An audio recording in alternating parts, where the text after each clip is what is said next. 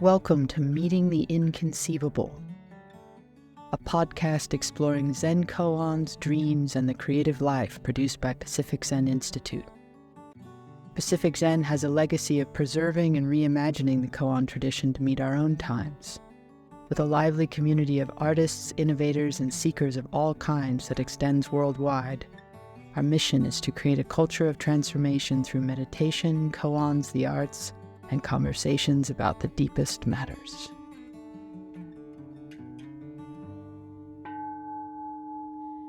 In this episode, Roshi Jess Cardin takes listeners into another water koan from the Blue Cliff record, which goes, in the old days, there were 16 bodhisattvas. They all got into the bath together and realized the cause of water. They cried out, "This subtle touch reveals the light in everything. We have come to the place where the sons and daughters of the Buddha live." Cardin speaks candidly to our resistance to immerse ourselves completely, always trying to hold out an arm or a leg to ensure we can keep tabs on who we are. Good morning. Oh, hard to find a word that doesn't feel like it's disturbing the bath. Even saying good morning is too much. Yeah, that's kind of interesting. My voice feels like an offense. Feels like committing an offense against the silence or something. I can see why we have stories of people getting up and just rattling the lectern and then getting back down, or holding up a flower, and then that's it. That's the whole talk. My cat is not concerned with that, particularly lately. And I just noticed that I feel it. Feel the bath. I woke up this morning about an hour ago, and like any day, and started my coffee and made my toast, and my 3-year-old came running out of his room, somehow fully awake immediately upon opening his eyes, and he wants me to, put a game on his iPad and do this and do that, and my eyes keep looking up at I rely on the clock on our microwave a lot to tell me what's going on in the world. For some reason, it's the microwave clock. It's not the toaster clock. It's not the oven clock. It's not my phone. It's the microwave clock. I keep looking at the microwave clock, and it's getting closer, closer, and closer. Time to sit. And the thought comes up, well, I'm not in the bath. Oh, shit. And I need to get him out of the way and get my breakfast out of the way and get my coffee out of the way and brush my teeth and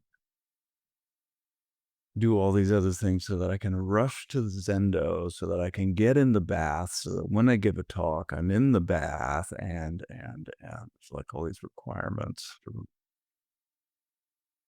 getting in the bath. And then turn on Zoom, and woof, there it is. There's already 31 bodhisattvas in the bath. It was a kind of reflection thing where I can once I'm in the bath, I can look back and see that I was always in the bath. That's kind of a neat thing about this. Once the spell is broken, then I can look back and see I was, even under the spell, I was in the bath. Even under the spell, I was blessed. I was on the path. Even when I said the thing I wish I wouldn't have said, or did the thing that I could have done better, or whatever it was always on the path.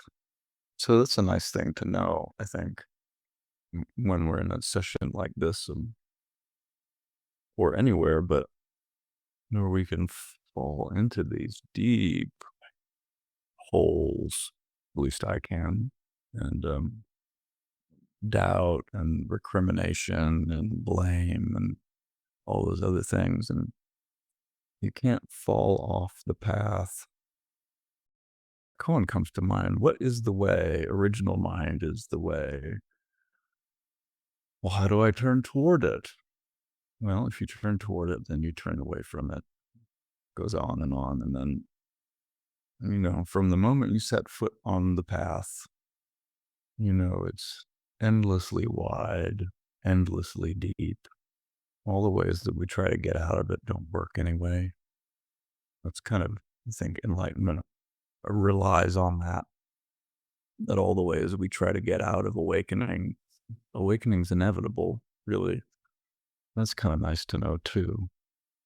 And so all my efforts to try to snare it or charm it or steal it from someone else or steal it from a prior version of myself or a future version of myself or arrange everything on my desk just so, which if you could see my desk, you would see I did not do. And all of those efforts can't hold off awakening. All the trying and meditation, long hours and sore back, stiff knees can't hold off awakening. And all the things we hold in reserve.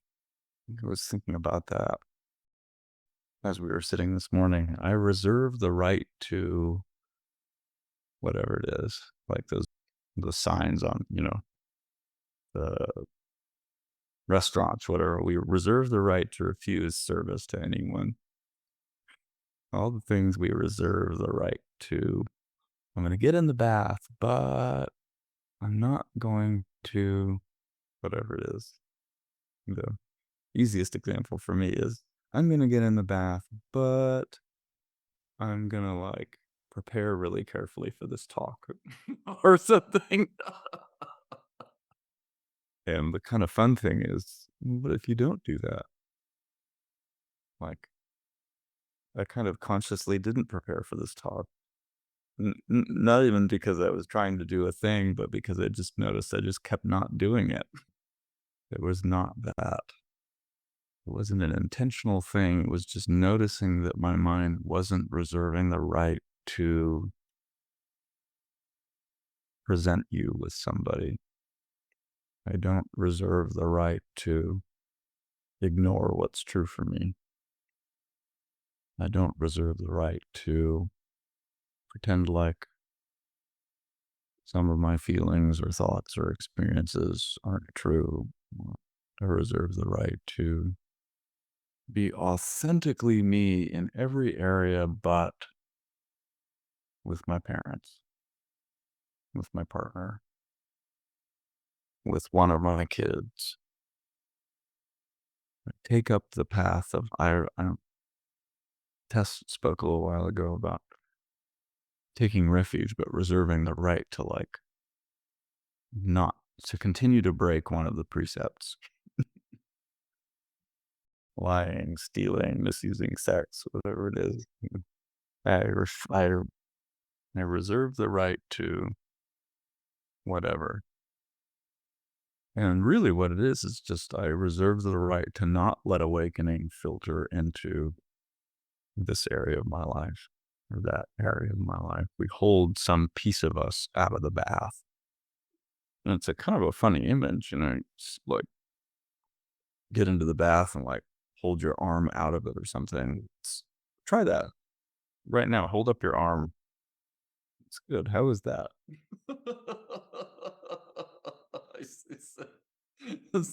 Some people are getting very nice. And it's jeez, it becomes a real burden. I reserve the right to hold some piece of me off from my own life or to not let some piece of life touch me or penetrate me and yeah, whatever it is. And it becomes pretty apparent, whatever that thing is for you in a retreat like this, where it's it's harder and harder to ignore what's there, whether it's the dogs barking at midnight or, you know, my kid screaming downstairs when mom won't give him a cookie, or my own irritation. And one of the popular ways of holding some piece of us off from awakenings to try to change it, which is a tempting, pretty tempting possibility in a practice like this, where we've got we you can't get away from the fact that you've got ideals and images, and we've got hundreds of years worth of writings and koans and things like that that present all kinds of images of awakening. It looks like this, or it looks like that. One talk and I forgot all I knew. Or for 30 years I searched for a master swordsman, but since the moment I saw the peach blossoms, I never had a doubt. You know, wow, that's pretty awesome. That's probably what mine should look like too. And in so doing, that's part of the refusal, I think, of one of the ways that we refuse the awakening that's appearing right now. What is that? The pure land that is only mind. If it had no special features. Wait, what is it? How does that go? Basically, how would you know you were there? I have no special features. How would you know you're in the pure land? The Buddha of infinite light in your own body. Hold off that one piece. Yes, all beings have the nature of the Tathagata, except for my favorite political opponent, or whatever it is. Except for that way that my wife doesn't dry her toothbrush afterward, not like constantly sitting in a pool of what I imagine to be like really gross liquid of some kind. Yeah. And then my own like frustration and disgust at that. Like, wow. Just to be in the bath, to really, as David said yesterday, the thing about how we constrict. That's a wonderful image for how we do that. What would it be like just to relax into the bath, which also means relaxing into the constriction, which also means relaxing into the experience of holding some piece of us out of the practice or out of our lives, holding other people out of our lives, whatever the thing is. Then you're just here and it's like, wow, the like sheen of I keep my bananas in the refrigerator because they get really ripe really fast here. And so this is what take one out of the refrigerator, and as it's warming up, it has this kind of sweaty sheen on it, which I always think is kind of gross. And I try to wipe it off.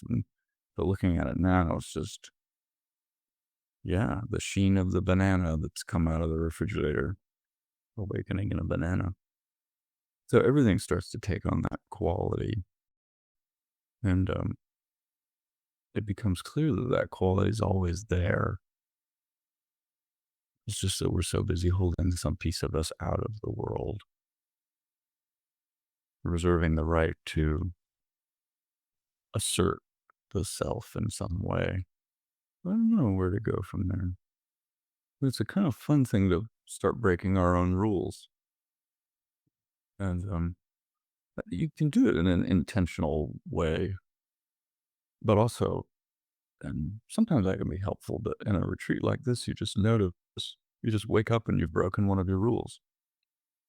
Oh my God, I did the thing I said I'd never do, whatever it was. I thought the thought I said I'd never think. I felt feeling I said I'd never feel. I said the thing I said I'd never say for whatever reason. And some little crack appears in the edifice. You know, whatever the image is that I'm trying to mold myself to be like, some crack appears in that. And that's that roomy thing, right? The crack is where the light shines through. And then it becomes this really cool thing about my ownership of myself. The great joke of that starts to fall apart, or the joke becomes apparent. But, oh, ha ha! I thought I was in charge of my life. I thought I was in charge of my thoughts. I thought I was in charge of my emotions. I thought I was in charge of my. I get to see a lot of that when I talk to people because oftentimes they come and see me and they have something about, help me stop doing X, help me stop doing Y, help, I'm 50 years old, I've been married to my wife for 25 years, help me stop having thoughts about other men. Well, even as I say this, like sadness there, the kind of oppression that we do to ourselves in that way. And there's just this grave misunderstanding at the bottom of it that in some way I am I'm in the driver's seat. Help me to drive better. But in a retreat like this, it becomes really apparent that life is just living itself through me. It's like a cliche, but there's a reason cliches are cliches. And the kind of really cool paradox about the fact that when you start to have that experience that life is just living itself through you, there's this tremendous trust in what it's doing.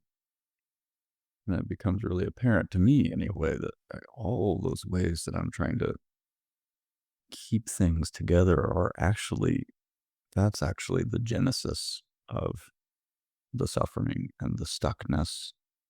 That's actually the way that I keep the light out. I keep myself from realizing the cause of water. And that I think maybe John mentioned this last night, that there's this amazing way that things just kind of swoop in, and the events of my life are arranged so impeccably. And like I'll notice if I schedule too much on my calendar, people will cancel.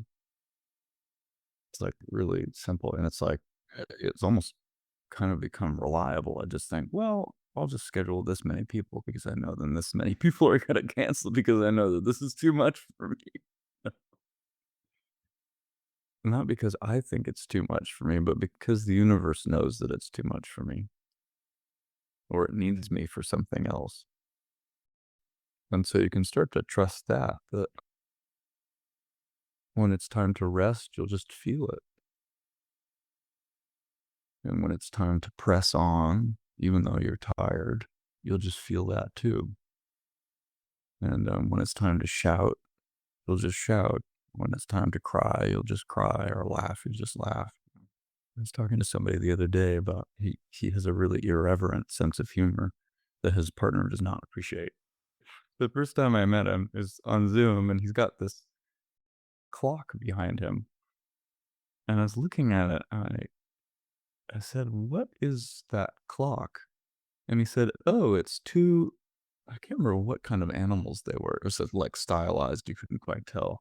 He said, like, "Oh, it's two badgers fucking," or something. And when he said it, I was like, "Oh, yes, of course that's what it is." I kind of knew that's what it was, but I just needed it clarified.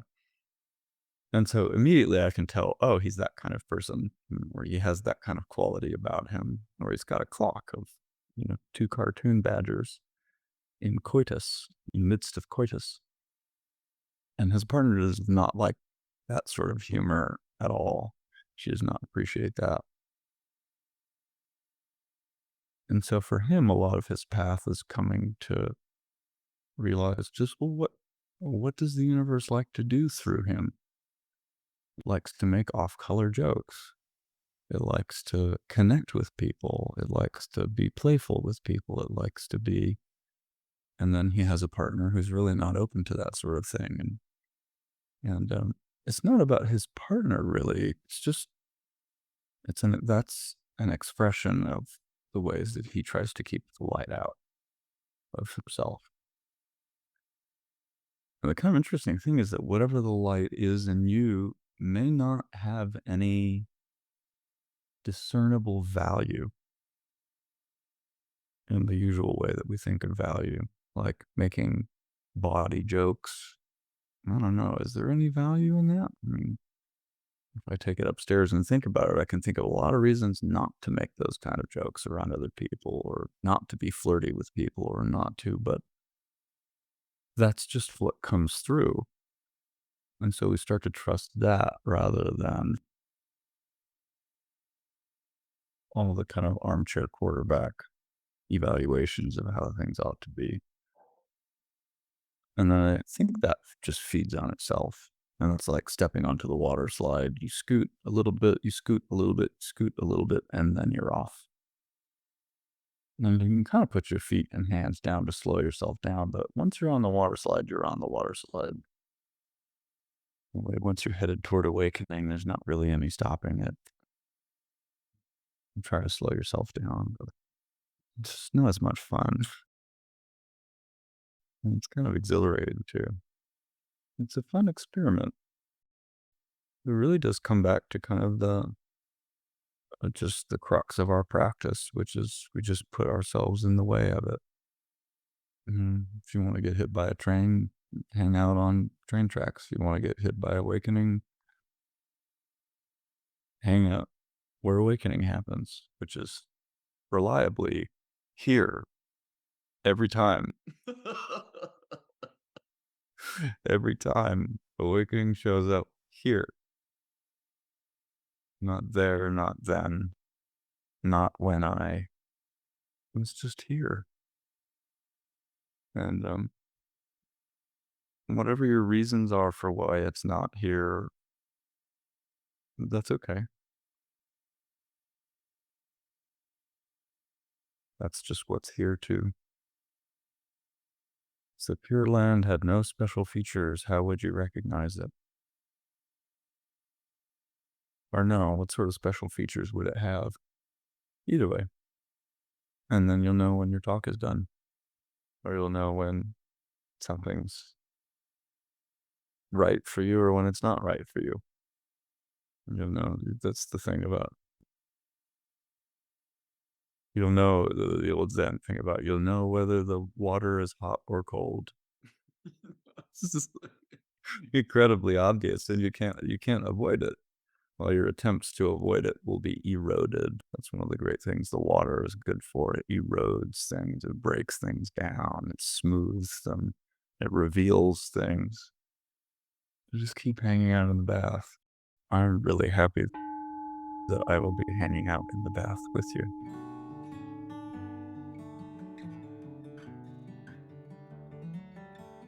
To support these episodes or learn more about upcoming programs and retreats at Pacific Zen Institute, visit us at pacificzen.org. You'll find details on John Tarrant's Sunday talks, our Open Temple morning meditation, and our Zen Luminary series featuring intimate conversations with scholars, poets, and teachers of Koan Zen. Thanks for listening.